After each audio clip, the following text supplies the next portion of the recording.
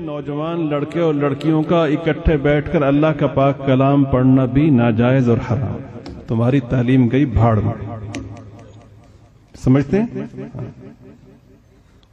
جو شخص اپنی جوان بیٹی کو مخلوط ماحول میں تعلیم کے لیے بھیجتا ہے پرلے درجے کا بے غیرت اور بے حیا ہے.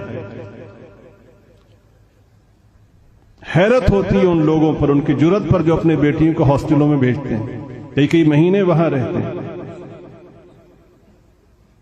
قیامت میں جواب دینا پڑے گا.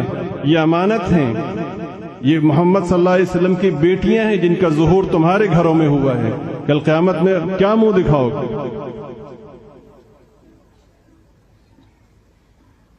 حج کا سفر عظیم ترین سفر ہے.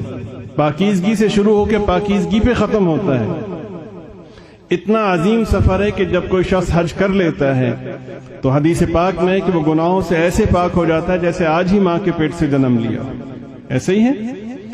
اللہ پاک اتنے خوش ہوتے ہیں حج کرنے والے سے کہ جب وہ واپس آ رہا ہوتا ہے تو سرکار نے درخواست کی اللہم اغفر للحاج، اے اللہ حاجی کی بخشش فرما. اور اگلی درخواست کی وَلِمَنِ اسْتَغْفَرَ لَهُ الْحَاجِ، یا اللہ حاجی جس کے لیے دعا کرتا جائے ان سب کی بخشش فرما. ٹھیک ہے؟ ہوا کیا؟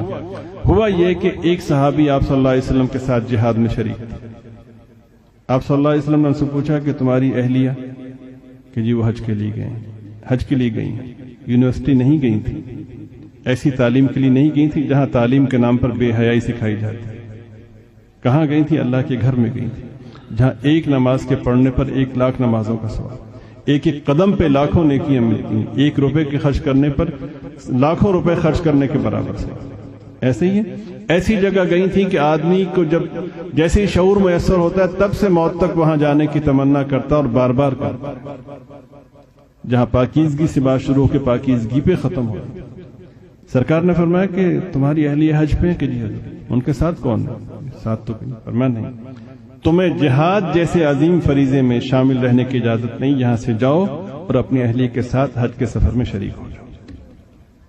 اس لیے کہ حج کے سفر میں بھی، اتنے پاکیزہ سفر میں بھی خاتون کو تنہا جانے کی اجازت نہیں.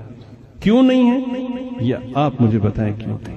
ہماری کتنی پاکیزہ نظریں ہیں، اس لیے نہیں. سمجھ رہے ہیں آپ؟ یا کچھ اور عرض کروں؟ اس لیے نہیں.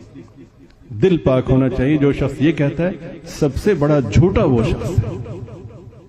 سب سے گندا دل اس شخص کا ہے جو دل پاک ہونا چاہیے کہہ کر بے پردگی اختیار کرتا ہے. حقیقت وہ ہے جو نبی پاک صلی اللہ علیہ وسلم نے بیان فرمائی، باقی سب فراڈ ہے. اللہ تعالیٰ مجھے، آپ کو، ہم سب کو دین کو سمجھنے، اس کی عظمت کو پیش نظر رکھنے اور اخلاص کے ساتھ اس پر عمل کی توفیق عطا فرمائے. وآخر دعوانا ان الحمدللہ رب العالمین. میں نوجوان لڑکے اور لڑکیوں کا اکٹھے بیٹھ کر اللہ کا پاک کلام